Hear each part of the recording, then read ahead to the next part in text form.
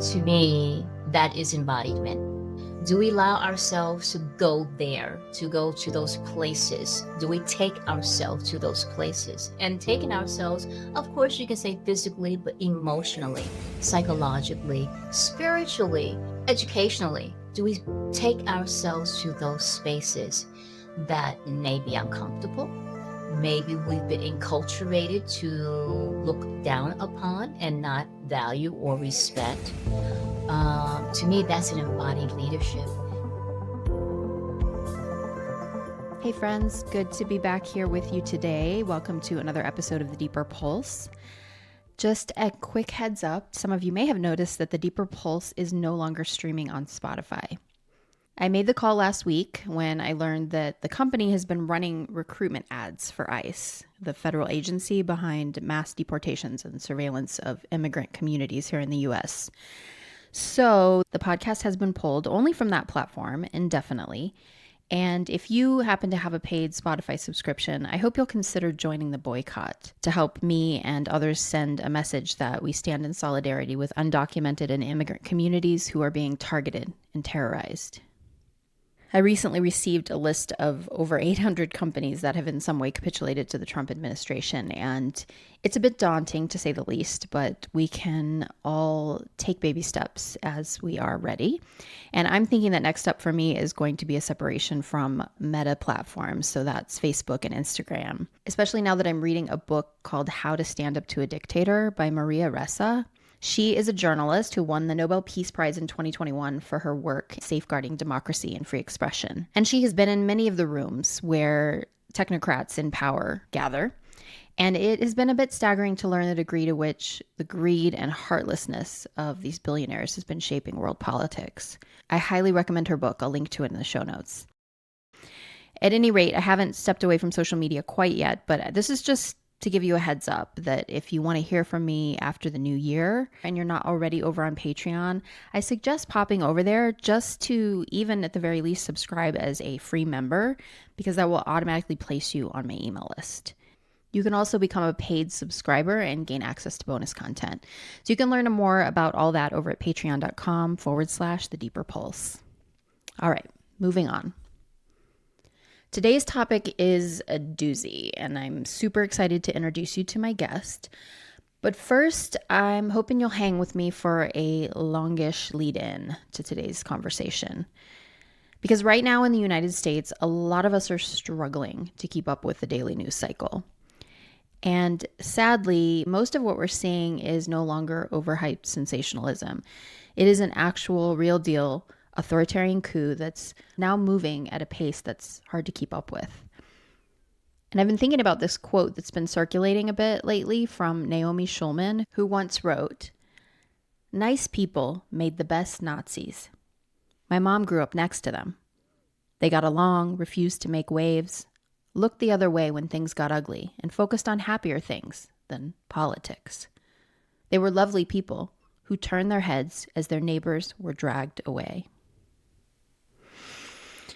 Yeah, I remember learning about World War II back in high school, and I remember marveling at how such a heinous thing could happen. I wonder no more.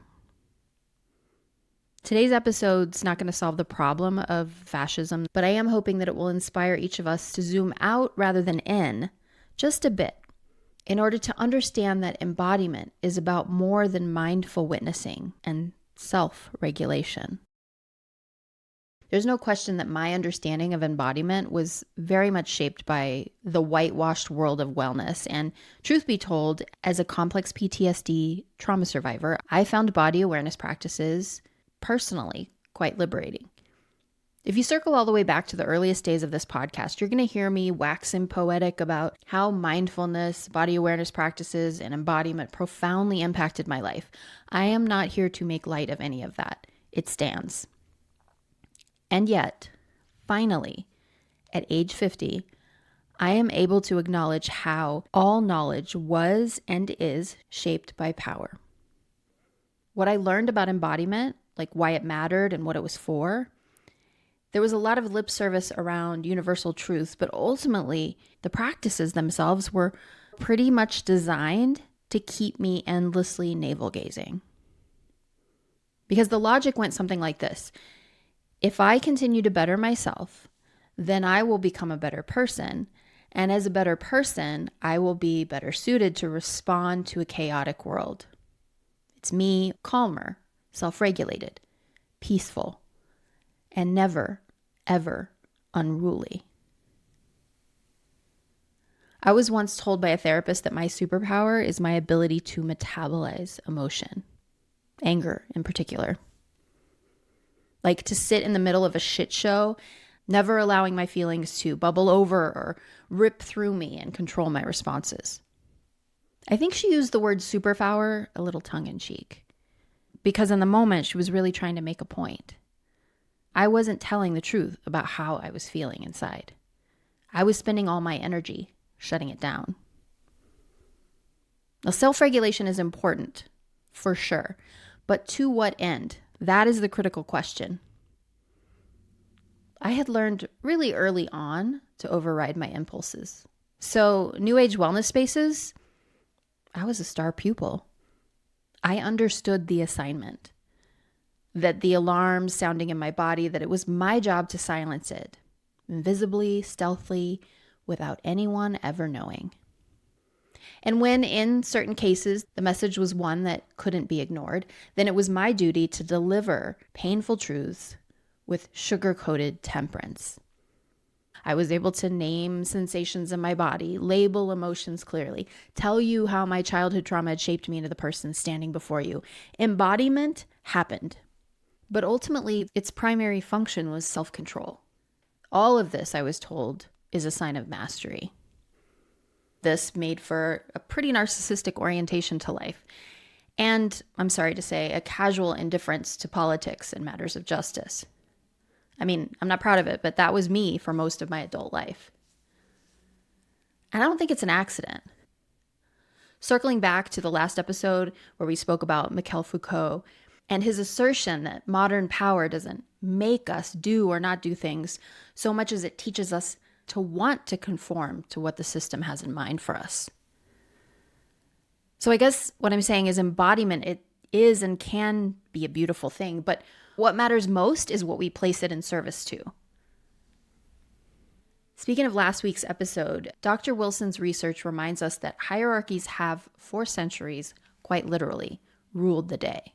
So much so that even modern leadership scholars who claim to be basing their ideas on empiricism often default to the invisible thrall of higher up, better than logic. But through the course of history, there have always been humans who lead in different ways. These people understood that justice means all of us. And right now, I'm thinking a lot about this seemingly dissonant relationship between justice and power and why it is they're constantly at odds with one another. It's the reason why I personally am a bit obsessed with how power is structured.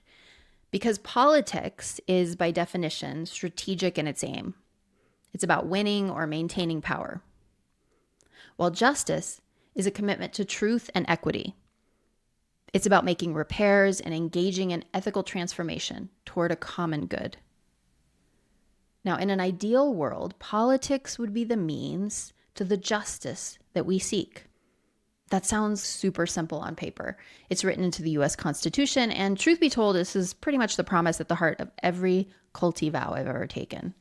And if you're new here, circle back to the culture series, because there's been quite a few. And that's the real rub, is that as soon as we start to engage with politics, we step into systems with the intention of shaping and transforming them into something more just and fair. But inevitably, what often happens is that the systems end up shaping us. And I think politics is really a large part of the reason for that, because you've got to play the game in order to win. And in a capitalist society, in order to rise into a leadership position where you're the one calling the shots who can make or break justice, winning is the thing you have to do first. We see this playing out big time right now in what appears to be a sort of slow burn dissolution of the Democratic Party here in the United States. While politicians draft legislation, engage in thought experiments, and try and fail to get on the same page, bodies and lives are being impacted. SNAP benefits are being canceled. Health insurance premiums are skyrocketing, and immigrants and U.S. citizens are being detained and brutalized. Take Chicago, for example. Unwarranted attacks on peaceful protesters, members of the clergy, and of course, journalists. And there are numerous reports of extreme negligence in ICE detention facilities, where officials have long been obstructing congressional oversight. You've probably heard about lawmakers who've been physically assaulted or placed under arrest for trying to do their jobs, following up on reports of alleged inhumane treatment inside the doors of these facilities. I read recently about a pregnant woman who was detained and held by ICE in Louisiana, who suffered a potentially unnecessary and painful miscarriage due to the neglect of medical staff. While still unwell, she was soon after deported and separated from her living children here in the U.S. No one deserves inhumane treatment, even if they are suspected or guilty of a crime.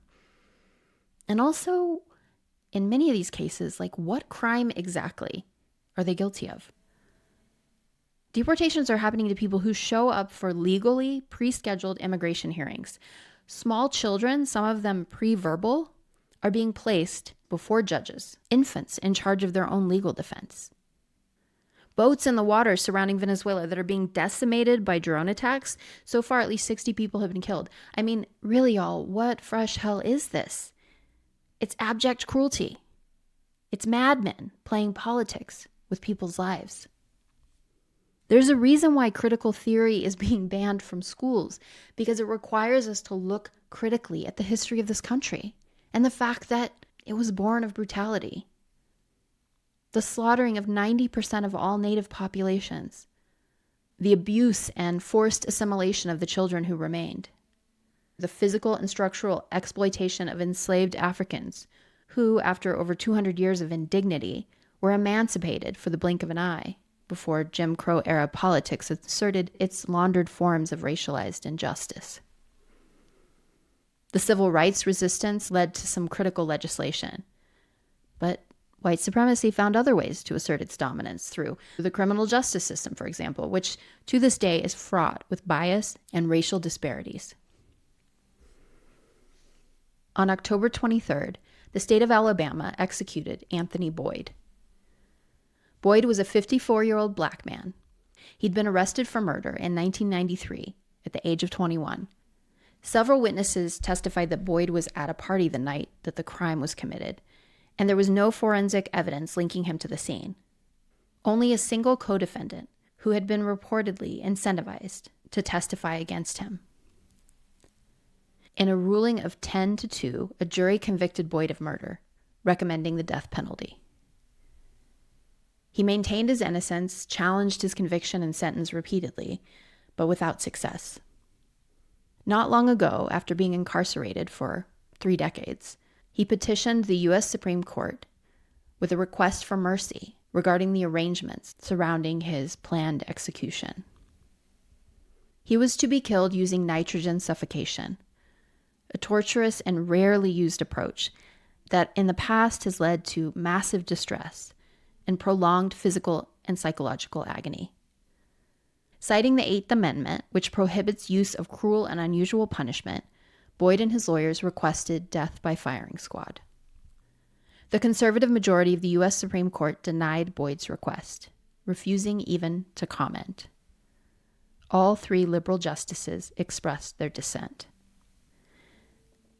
13 days ago, Boyd was executed exactly as planned, using nitrogen suffocation. His death was grueling. Observers report that Boyd suffered, gasping for air, for over 30 minutes before leaving this world. I hope this story is painful for you to hear. I want it to land in your body. Because embodiment means feeling all of it.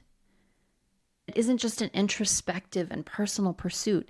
It's how we engage and respond to the world around us. The way in which the things that happen outside of us, how they land in our bones. What if allowing our body to respond to injustice isn't triggered dysregulation? What if it's a revolutionary political act? I've referenced the work of somatic abolitionist Resmaa Menakem before.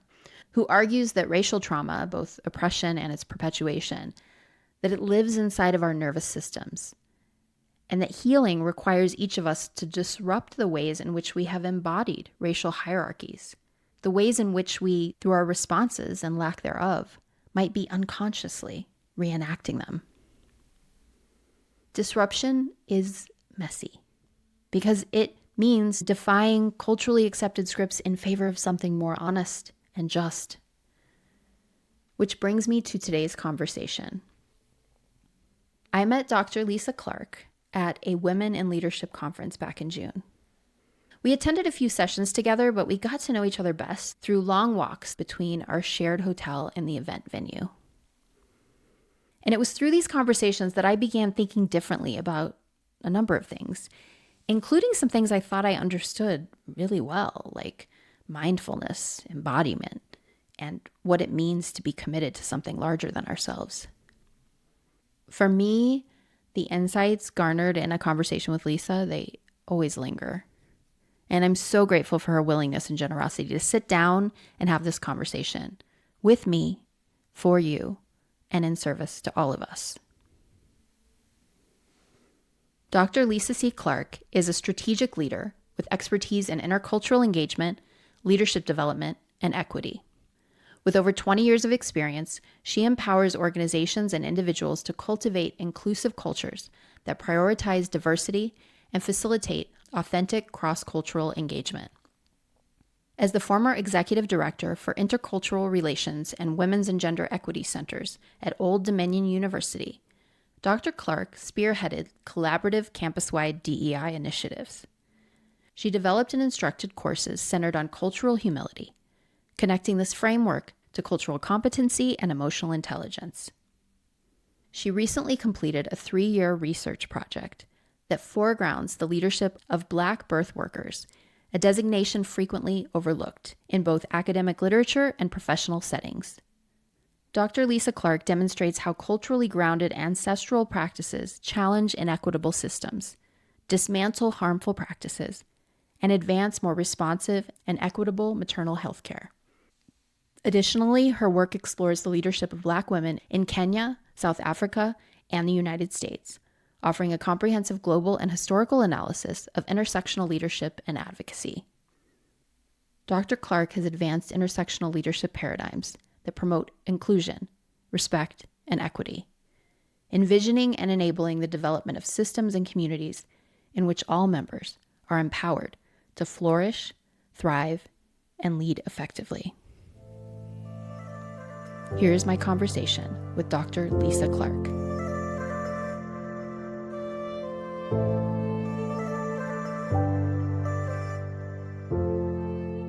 Dr. Lesa Clark, my friend, how are you today? It's so good to see you.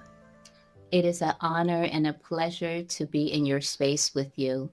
We've only engaged a few times, but we did have some marvelous walks and conversations, and I just have a deep affinity for you and a lot of respect for the work that you do. It feels really timely. We had a preliminary conversation a few weeks ago just to kind of talk about what we might touch upon today, and things are moving at breakneck speed, and so thank you for agreeing to sit down with me, Lesa. I appreciate it. My honor. So, since the listeners are just going to be meeting you for the first time, why don't you just introduce yourself? I come from a family that really immersed themselves in tradition and storytelling. And those storytellings at the kitchen table, or braiding my Aunt Helen's hair, who has this long, thick, gorgeous mane of hair, really shaped me. And watching the women in my family and how they navigate, these are women of color, multi-ethnic women, Black, white, Native American, indigenous women, whose genes connected and produced my mother. And so I come from a very unique environment where I am used to diverse perspectives. I'm used to seeing diversity, but diversity in certain settings were very harmful to my family. And that also shaped me as well. I remember one time, Candace, when my mom was sharing a story because we are judged by our outer identity. And so you couldn't figure her out. I mean, what is she? I mean, we couldn't put her in a box. Most people say, is she Latina? Is she Sicilian, Italian? Because we lived in New York. And my family ended up in a neighborhood that was predominantly Black, mostly Black, because that was a safe space for them. Mm-hmm. And I remember her telling me this story at the kitchen table. And she was talking with my aunties. And so I'm the only child. So I'm listening, with my adult ears, right?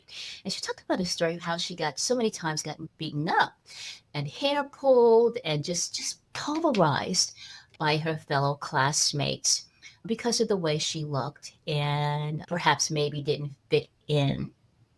And I began crying, and here I am. I must have been about 5.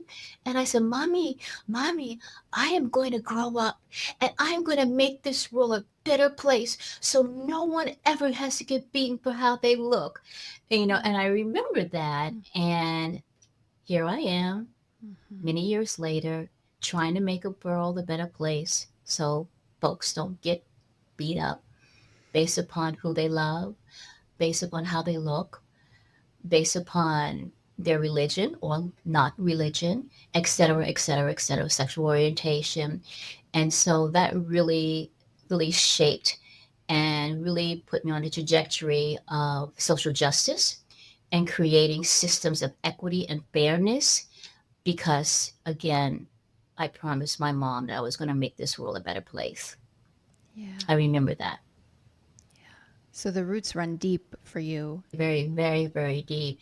And it ran so deep, I didn't realize it, Candace, when I was embarking upon my research. And another story. We love stories on this pod, Oh so my bring it God. on. Again, I talked about my auntie Helen, and that's how I learned how to braid hair. Mm-hmm. In my culture, you braid hair. And we were sitting in the living room, and she was kneeling down, and I was sitting in the chair, just braiding, just loving. And she was going to tell you a story. And I, okay. And she began telling me the story of how I entered through the birthing process. And I thought about it on and off until I was talking with my committee member for my dissertation, which is on Black birth workers. And I felt as though, because I'd been in the academy 20 years of my life doing DEI and leadership roles, focusing on BIPOC women in the academy, in corporate America, doing research on that, focusing on South Africa, the United States of America, and some of the other countries of how women of color have to navigate very hostile environments that's created by a system that was not created for them, right? And so I felt a little bit insecure coming into this particular sector, maternal health, because that was really not on my radar. But I was so intrigued about what was happening with Black birthing individuals and the tremendous death among Black birthing women, Black birthing individuals, 3 times more the national rate, and also that of newborns as well, and how the medical system, again, another system that was not built for them. And so I'm sitting there talking with my chair, and I said, I really don't know about the Black birth workers. That's not my area. And she asked me the question, do you remember when you were born? And I'm like, what is she talking about? No, I don't remember when I was born. And it clicked. My Aunt Helen and my Mm. Aunt Helen's story. Now I know how Black birthing individuals and BIPOC individuals, how they experience the birthing process in regards to obstetric racism, obstetric violence. But I was now immersed in that story. And Mm-hmm. I'm like, I'm on a mission. This is what I have to do. And an earthly Alvera branch is my mother. We almost died. She was a young mother getting ready to give birth and rushed to the hospital, and the hospital served individuals, poor folk. So the services is not going to be that great, right? And the medical team is not going to be that empathetic, you know. And she is in this cold, sterile room, and they're yelling, push, push, you need to try harder. And this first time mom, don't know what's going on. And come to Yeah. find out I'm breached and the umbilical cord Oh. is wrapped around my neck. Mm. And, they're saying, well, you need to try harder. So she tried to the level of exhaustion. I mean, she just couldn't. And here, the more that she pushed against nature, because Yeah. when you're giving birth, and the whole birthing movement is that you follow the flow of nature, not medicalize folks. Your body will tell you when to push, your body will tell you when to stop. And so they're pushing, pushing, pushing, right? And it got to the point whereby they medicated her against her will, and they took the forceps and they went in and they pulled me out, jerked me out. And it was the creator that saved my life, that the umbilical cord didn't choke me. And based upon that horrific situation, my mother was no longer able to have any more children. And Mm. later on, she developed gynecological issues and she died at the age of 49. And so I believe that life's challenges, life's pain, life's tragedies, if you are open, puts you on the trajectory for your purpose in this universe. And the pain of my mother put me on my trajectory. Who would ever think that I would be in this space talking about Mhm. Black birthing individuals and the system that from the very beginning did not want granny midwives, did not want women, Black women, enslaved women coming from Africa, having to take care of the community, having to take care of the village, and being ostracized. And I can go on and on and on. So that's where I ended up. And again, the leadership piece is always there because I wanted to know about leadership in reference to these valiant women, right? And there was nothing. There was no research on the leadership, doulas, the practitioner, and things that they do, but in the realm of leadership, there was nothing there. There was one study, and I talked with this particular scholar, and their study was on the leadership of midwives, but they focused on administering a online leadership training. Okay, that's cool. However, what about the historical ramifications that midwives had to suffer? Mhm. What about the racism, the gendered racism, the sexism, the systems of oppression that midwives, even today, have to navigate? I'm talking about Black midwives have to navigate. That was never ever incorporated in the training, in the leadership Mhm. training. And again, only telling a part of the story, but not the lived experiences of those that scholarship tend to erase, the voices that tend to have been erased in the leadership paradigm. Yes. I'm so curious to talk to you about your definition of leadership because whenever we talk about leadership, we talk about systems with you. And that's not necessarily the case when I talk about leadership with a lot of other folks. I would like for you to tell us when you say leadership, what does that mean to you? Well, it is not a traditional model whereby I am going to control this environment and you are to follow me based upon my vision of where I want to take you. Mhm. That is not my definition of leadership. To me, leadership is followership and followership is leadership. And I can go a little bit more into that. Um, it is not a title.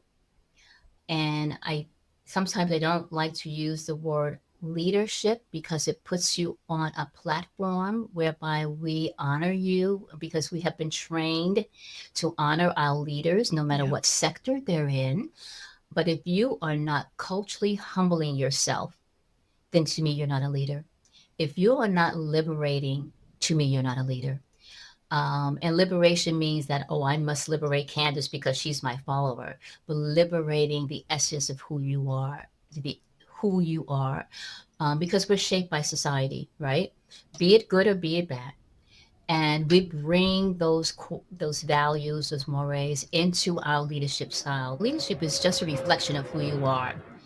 If you come from a white male supremacist model, hegemonic model, then you're going to lead that way. But if you come from a collective framework, an indigenous framework, where community is the center point and not just you outside of that community, but you within that community, then you're going to lead a different way. And that's what I found out with my participants for the study about leadership. If you're not liberating, you are not leading. And it's so difficult at times to really understand that. When I say to people, being free to realize your humanity, that's leading. Being free to realize the humanity of others, that's leading. When you can liberate yourselves from the systems that you have been forced to be into, that's liberating. And not only that, but that you create, like Sojourner Truth, a pathway for others. That to me, that's leadership. Really pushing against liberating ourselves, liberating others from systems of oppression, right? That really inhibit our full humanity. And believe you me, I don't see that at all right now in the leadership that we have. I Yeah. don't see that. I don't Yeah. see that. And I think that, again, leadership is followership, followership is leadership. And if you don't understand that, then you're really not ready for leadership. Can you say more about what you mean when you equate the two? I think we briefly talked about a book that I'm reading, To Stop a Tyrant, right? And Ira Shilef. I just love his work, Courageous Leadership. And he goes into really the dynamic of, we think leaders have the power, followers have a power, because followers are leaders if we look at them as such. You have the power to push against mores, push against systems that do not align with your core belief. And I want to share this with you, and I wish I can show your listeners. They should really get this book, To Stop a Tyrant. He shows a picture, and it's a 1936 photograph, right? And they're in Germany, and you know how you do, "Heil Hitler," there are thousands and thousands of crowds are emulating this particular leader, Mm-hmm. right? And he zones into this one individual whose hand is not raised in the Nazi salute. Out of the Mm-hmm. thousands and thousands of people, Candace, this one individual who stood in the midst of this and took on a role of leadership, although he's with all his followers, that Right. truly blow my mind. In essence, did not bend the knee. That's what we would call it now in 2025. And he says, as citizens, we need to be alert when a loyalty test, and I'm talking about followers, when a loyalty test is implicitly or explicitly imposed by requiring a chant, a salute, or a code word. There is a time to stop chanting or cheering. There is a time to fold our arms across our chests and signify our disapproval of a specific message and perhaps of the leader delivering it. That to me is a follower. Time to stop the chanting. And that, of course, he's talking about Nazi Germany, but that's in organizations. That was the case in my space in higher ed when I stopped the chanting and I Yeah. folded my arms and I decided I'm no longer going to do this and I left.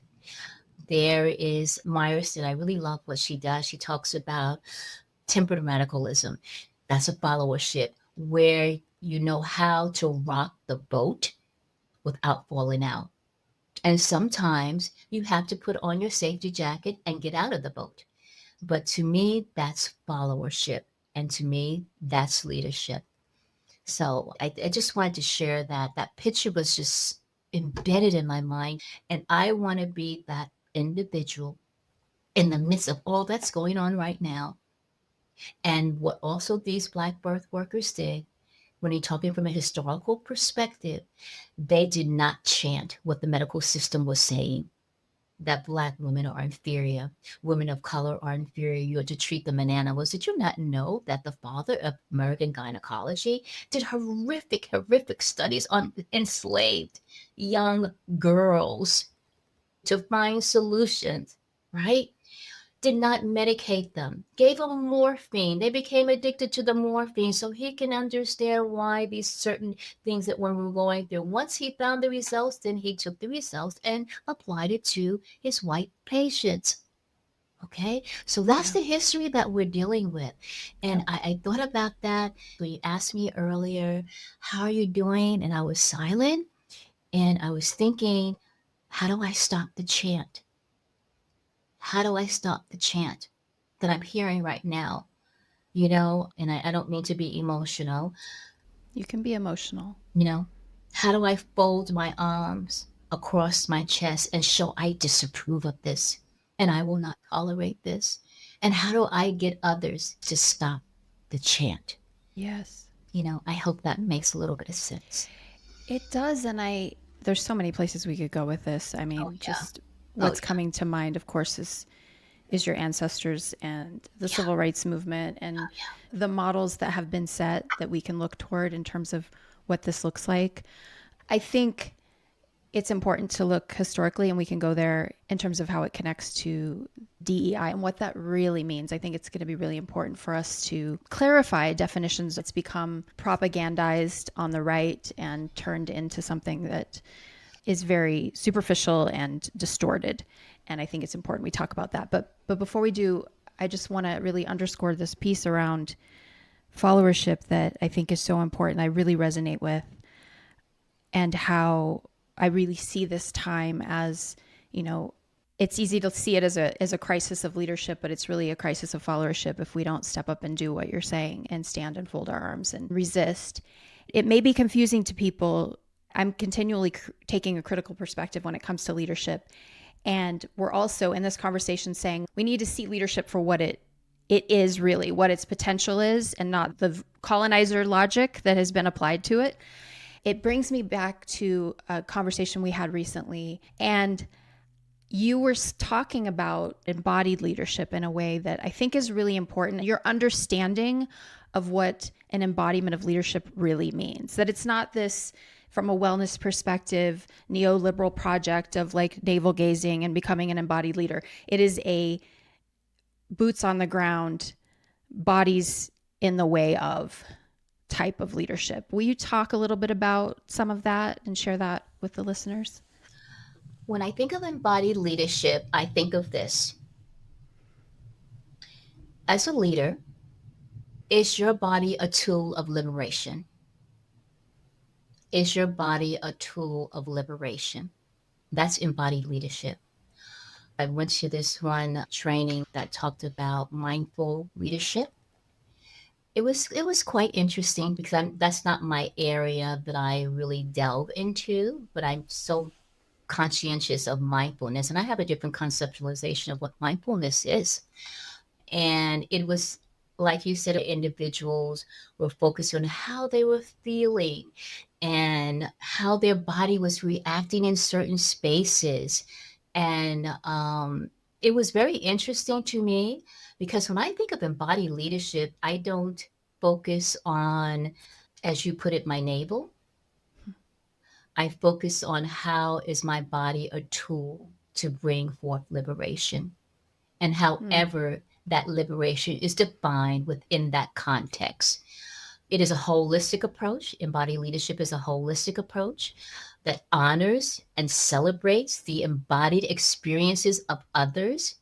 And when I was in that mindful leadership training, we were celebrating the embodied experiences of us, which Yeah. is fine, which is fine. I like I said, this is not my area of expertise, and I hope I don't offend your audience, because mindfulness is just, you need to be mindful of others. When I think of mindfulness, I think about, as I look at you, Candace, I'm mindful of your history. I'm mindful of your lived experiences. I'm mindful of how you are navigating whatever you are navigating in the system that you are in. I'm mindful of you when you step into spaces as a white woman. I'm mindful of you as, I don't know, all of your identities, your cultural Mm-hmm. identities. That's what I think of mindfulness. And how do I relate to that? How do I honor that? How do I join and connect with that? How do I understand that? Because you may have aspects of your identity that I don't understand. But if I'm mindful and in tune to you and how that impacts me. So that's how I describe mindfulness. I'm I sorry. love that. No, I I'm love that. probably don't I'm probably don't not the right direction for No, that's mindfulness. absolutely helpful. I just want to pause here and just say I think that's a really helpful reframe for all the people listening who have been in the same kinds of spaces I've been in terms of wellness, and how I'm really struck by how communal and connective and integrated your sense of mindfulness is, where a lot of times in these spaces, like in that workshop you went to, which we had a whole conversation about that on one of our walks, that experience that you had in the mindfulness training, it does become very myopic and narcissistic. And what you're describing is a very different experience of applied mindfulness. It's all mindfulness, but how are we applying it? And how are we putting our bodies on the line, so to speak, for the whole? It's not just about ourselves. That's what I hear you saying. Am I getting that right? Ditto, ditto, ditto, ditto. Okay. All right. Absolutely, absolutely right. Embodied leadership, for me, you have to be in tune to your core values, your beliefs, your histories, et cetera, et cetera. For me, if you're not dismantling the legacy and the trauma of oppression, because that's the DNA of America, Yep. and some may disagree with that, and I'm not anti-American, I'm not anti-patriotic, and no, please don't label me as such. But if you look at the history of how we came into existence, how America came into existence, there are narratives whereby we went to West Africa and made sure other people came here. My ancestors who were already here, they were indigenous, they were first Americans, and what happened to their land and what happened to our people, and that's our narrative. And I think that's the American story, and it should be incorporated with all stories, but embodiment is really dismantling or pushing against the legacy of trauma, of oppression that we have experienced. Trauma as a white woman in a very, very male dominated environment, right? I was listening to Hexleth when he was giving his speech, and I'm like, oh my goodness, you are erasing some members of your community. Yep. You are demoralizing, you are diminishing, you're minoritizing, you're scapegoating. Yep. Members of your community. How you view women, how you view people of color. But that's our marching orders. And when will we stop the chant again? So that's how I view embodied leadership and mindfulness. I do incorporate mindfulness into it as well.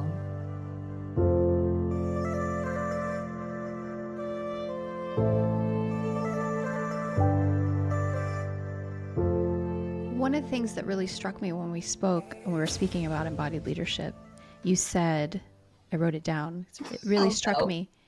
You said the civil rights leaders literally gave their flesh to activism. Yeah. Gave their flesh to activism. And, over the last few years, my eyes have been opening on a lot of different levels, and you explaining leadership the way that you have. And I think of somatic abolitionists, there's a whole movement, and just the way that, to be quite frank, us white ladies in wellness have been missing the mark in terms of our understanding of what embodiment really means and what it's for. I mean, I'm not trying to diminish the inner work that we did to restore our agency, but there's a point at which, to what end? For what? We're restoring our agency to do what? To what end? And what will we do with it? Social justice activists, people who've been working in DEI, have been screaming into the wind for so long. An understanding of embodiment that I'm getting from just listening to marginalized voices is exponentially more powerful than taking hundreds of hours of workshops from white folks teach me about embodiment. I mean, that's just the damn truth.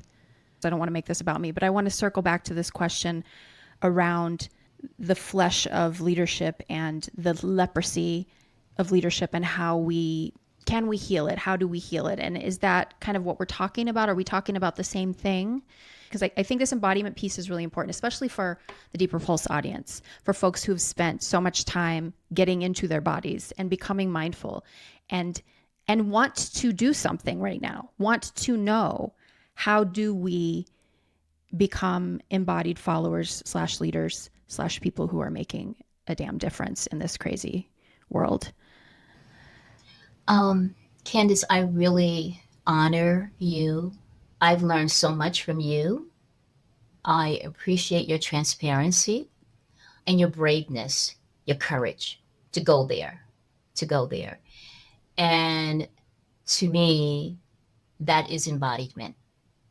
Do we allow ourselves to go there, to go to those places? Do we take ourselves to those places? And taking ourselves, of course, you can say physically, but emotionally, Yeah. psychologically, spiritually, educationally. Do we take ourselves to those spaces that may be uncomfortable? To me, that's an embodied leadership. And when we talk about the flesh, if I'm not mistaken, and please correct me, Candice, is not the skin the largest organ that we have, Yes, ma'am. right?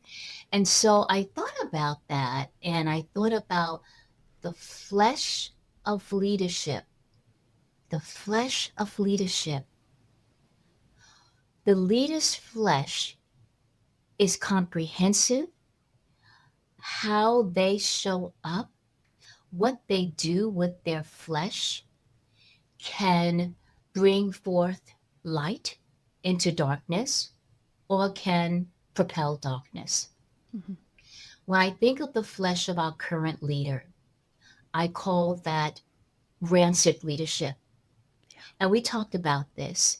I'm not bashing the president. So just think of a leader that makes you toxic. Think of a leader in your own sphere of experience that makes you sick. Every time they come into the room, your heart begins to beat fast.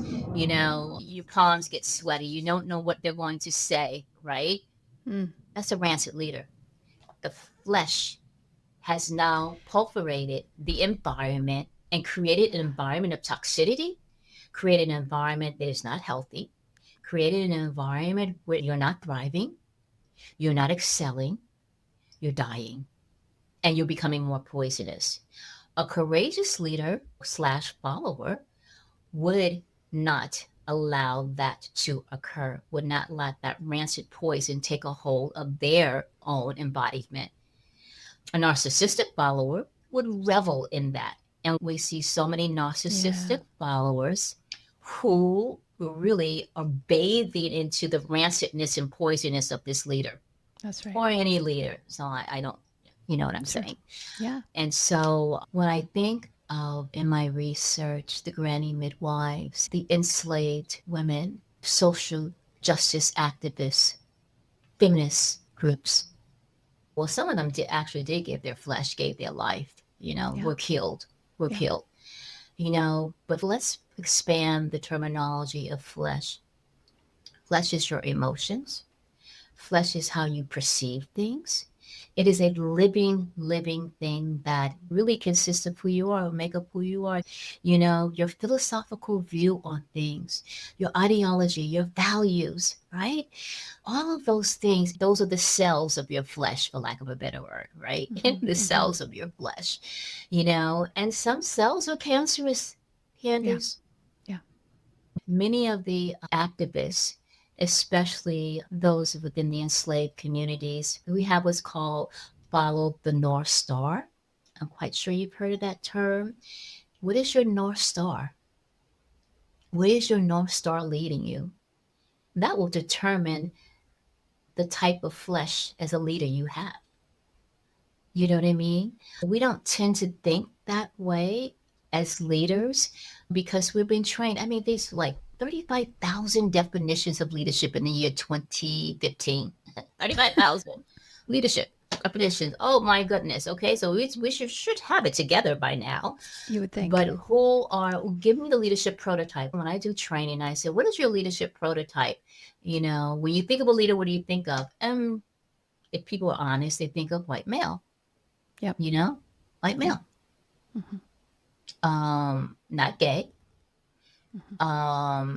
Some say, oh, it used to be Christian. I mean, Right. we Right. have this prototype of a leader, and anything that deviates from that, then we reject it or we demonize it, right? Hmm. Yeah. Which sort of, I think, leads perfectly into conversations around DEI and Mhm. the way it gets collapsed into this acronym as well, because each point in that is tremendously important. And there's so much emphasis on organizationally performative presentations of bringing diversity and tokenizing. And even if there is a diversity present, I don't have enough diversity in order to actually create a space for those voices to speak up. I've created diversity, but have I created inclusion? And then there's equity. And I think what you just said about the prototypes we have in our mind about what leadership is speaks a lot to the way implicit bias functions and gets in the way of equity, because we've all been conditioned by the culture that we live in. And depending on how steeped we are in that culture, we have variant levels of that. So I think people have like a basic idea of what the importance of DEI is and what it means. But let's just say that's the foundational knowledge that somebody comes in with. What are we missing? What's important from your perspective as somebody who's actually worked in creating DEI programs and how it relates to leadership for 2 decades?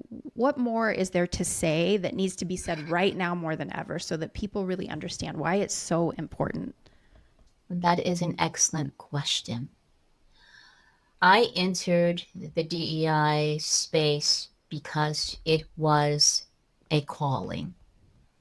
And that calling was shaped by my lived experiences. Like I told you, my Yeah. mom, my Auntie Helen. It was not something that I did, it was who I was. When DEI was the hot thing, people were making mega dollars. Higher ed institutions had VPs of DEI making six figures. Organizations had, VPs of DEI. It was the hot thing to do and to be. I'm not saying that they weren't sincere. I can't evaluate their heart. But what I saw was a business. Yeah. How can we increase our enrollment? How can we increase our bottom line? How can we increase our membership? What is in it for us? Yeah. Let's try this DEI. Seems to be working pretty good, you know? Um, and how I know it was performative, because when this president says that if you continue this DEI, I am going to charge you millions of dollars, what have Yep. you, those organizations Capitulated. folded, Yep. right? And they began to chant what the leader wanted. What was the chant?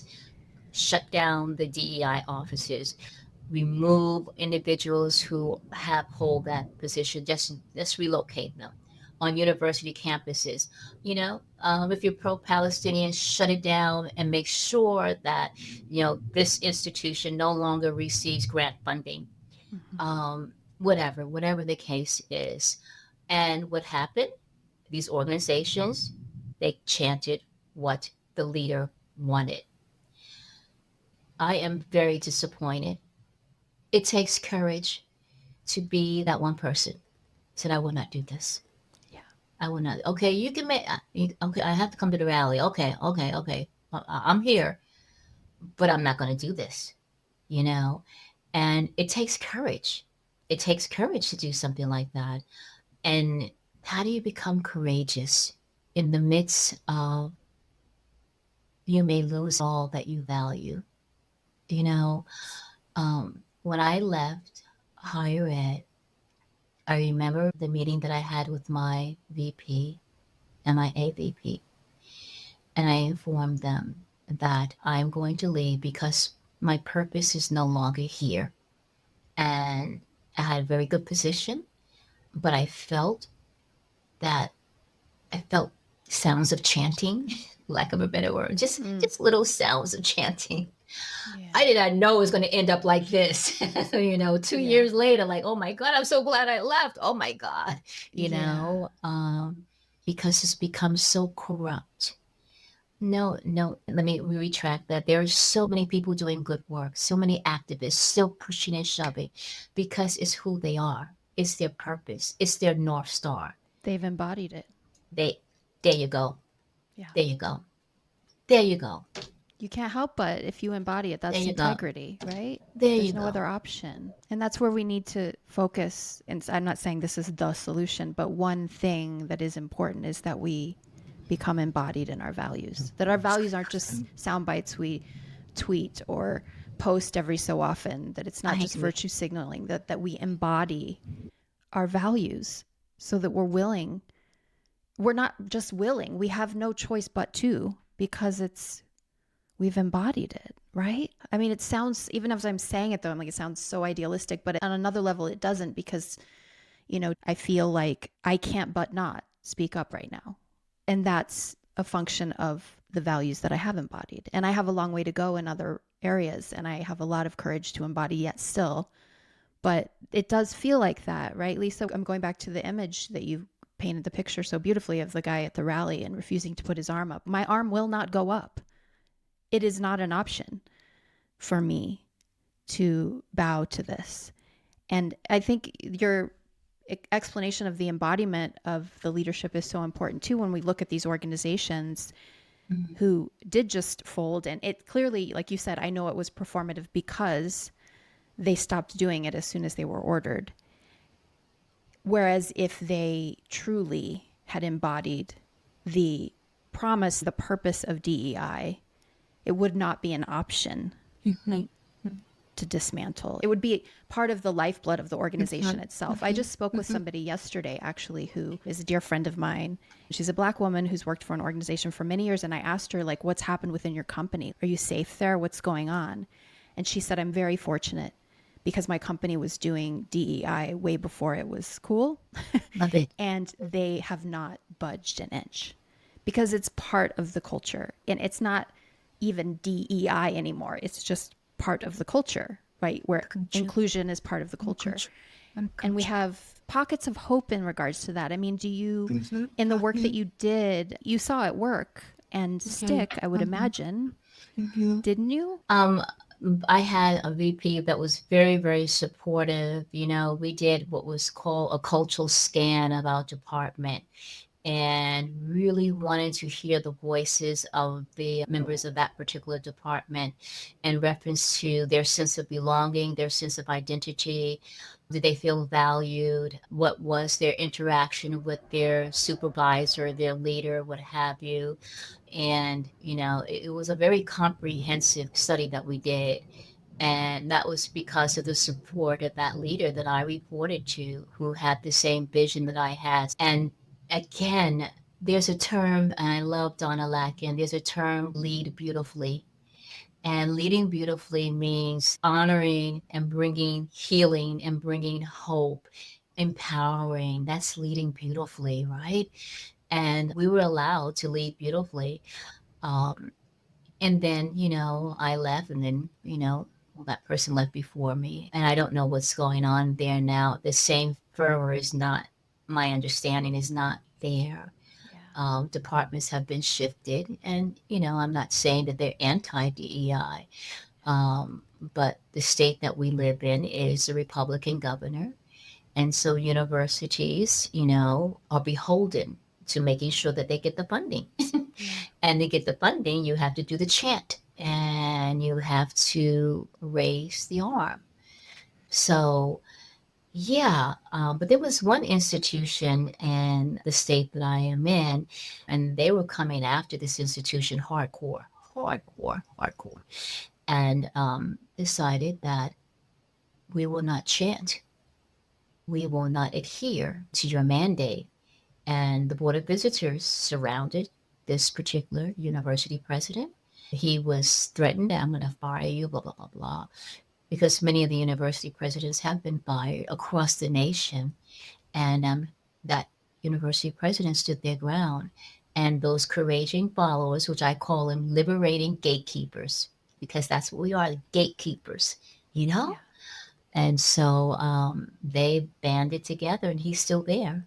But now he may be gone once this Yeah. podcast is over, but he's still there. There's still hope. And there are other institutions, some law firms that did not chant when told to. and they stood their ground, and they're still in operation. Other law firms nationally fell down. Yeah. But I'm with you, Candice. But what is concerning to me is that people are tired. Yeah. People are tired. And what do you do with a tired citizenry, a tired populace? What do you do? How do we navigate? When they did the demographic swath of who voted for Kamala, the Democratic, and the majority were Black women. Yep. Um, Even though her message was very inclusive and she reached out to white women in reference to reproductive justice and all of that. Yeah. And there was thing going on within the Black community, women more specifically saying, we're tired. We're not going to do any Yeah. marches. We're not doing anything. It's your mess. Your mess. You take care of it. Yeah. And in all honesty, Candice, I was chanting that. Yeah. I was. But, Candice, when I see, and I'm from New York, when I see individuals going to the court system to do what is right, and I'm talking about undocumented individuals, go to the court system in New York to do what is right because they have to report to the judge to make sure that their paperwork is being validated. And they step out of that courtroom and getting beaten.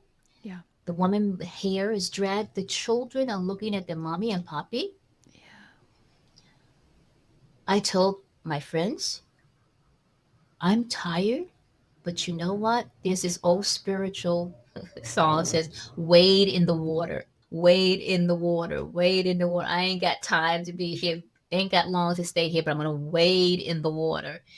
And I am going to wade in the water and I'm going to march. I have been on phone banks. I'm part of so many groups, and I'm tired. And every time I look at images, I cry and I go into my room and I get under the bed and I said, this is hopeless. How are we going to handle this? And then I hear stories and I meet people like you Yeah. and so many wonderful people that are tired, but we have embodied the purpose. We have embodied the calling. It's a calling, Candace. It's a calling. We've embodied it. And we're mindful. We're mindful of that calling, right? And what it means. We're Mm-hmm. mindful of that calling and what it means. And the flesh, our flesh, really supports that calling so that we can march. And I will be on No King Day. I will be out there. Yeah. Same. Other things that's the cells of my flesh. I'm Mm-hmm. going to be there. And my people are saying, Lisa, they're going to target Black and brown people. You're going to be in danger. I said, well, yeah, but my ancestors experienced so much. No one has lynched me. No one has bombed my house. I will still go to the voting booth and rest assured, hopefully, I will not be beaten like my ancestors were or told to count the jelly beans in a jar like my ancestors were. So, how dare I, because I'm comfortable and tired, to say, I'm a little nervous that I can't do this. They did it. They did it. They did it. So, I'm going to do it. I have to. I have to honor Ursulin, Elvira Branch, and Aunt Helen. I have to.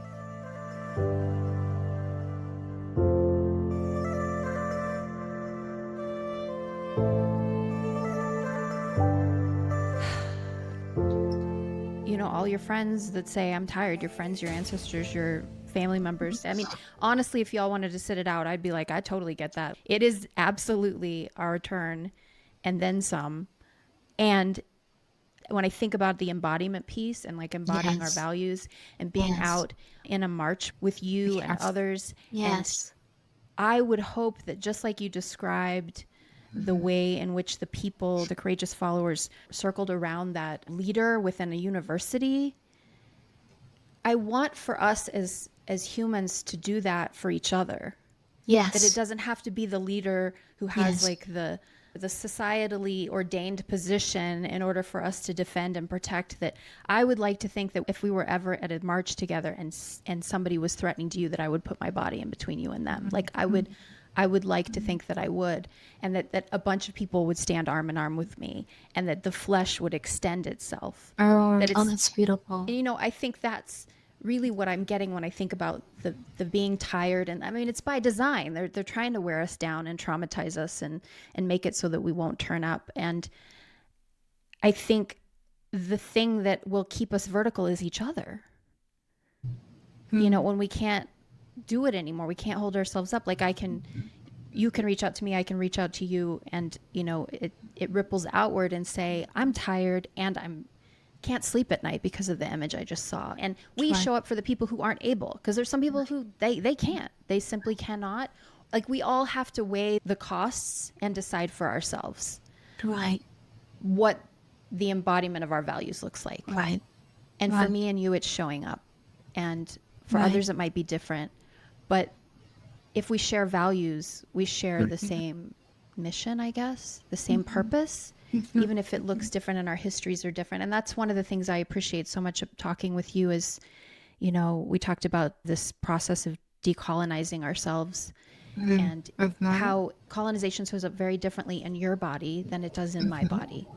Dramatically different. And we can learn about those differences and talk about those differences. And ultimately, we share the value of wanting to dismantle that within ourselves and create something different, more inclusive and whole and real. And it sounds like that's the kind of environment that you came from. Like you said, diversity was something that you embodied early. That sense of humanity Yes.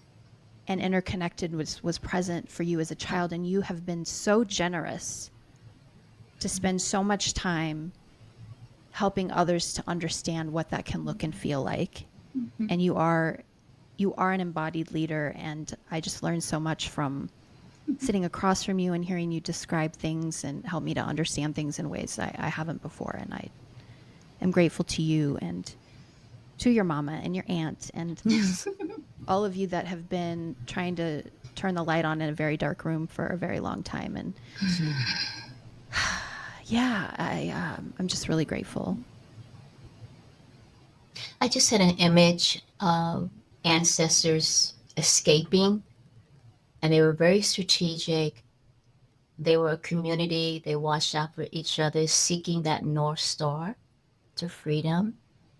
There were some that lost their lives, but for most, they did not drown. They reached the other shore. And I see us, people like us, who are wading in dangerous, dangerous waters. And we're navigating and we're doing all that we can do. And we're strategic. But Candace, we will not drown. It may seem that way. And when I feel myself weak, I know that Candace is going to help pull me back, and we're just going to keep wading in the water. We're just going to keep wading in the water until there's freedom for all. And it's a journey worth taking, regardless of if we get to that destination in our lifetimes or not, right? Exactly. See, that's the scenario. That is the scenario. I'm quite sure if you did a DNA scan, I'm quite sure there was some abolitionists in your family. I am quite sure there were some freedom fighters in your family. I have to believe that. I have to believe that. And there was some very compliant women who probably were complicit to some really, really bad shit too. And I can own that. I think that's an important part of the process. Yeah. Because I look back on my past and even moments in my present where I default to ways of being that is like a reflex within me that I have to actively override, you know? So they're both true. And it's important that we acknowledge those two things are both within me. And what am I going to choose moving forward? Like, which legacy am I going to carry forward? Which legacy am I going to carry forward? Just like you're carrying forward the legacy of your ancestors wading in the water, where am I going to focus? And together, you know, arm in arm, we're going to just keep taking this day by day. But I have to say, it really is connections like this that are carrying me through all of this and giving me strength. You give me strength, Dr. Lesa Clark. You give me strength, Candace. You give me strength. And it's no mistake that our paths crossed. And it's no mistake that we met at that conference and had the walk. I call it the walk. Of all the people that were there, it was just the 5 of us who did the walk. That is providential. That was designed because we need each other. And we will need each other in the future because I believe things are going to get worse. We're on that trajectory. Onward. Thank you. Thank you.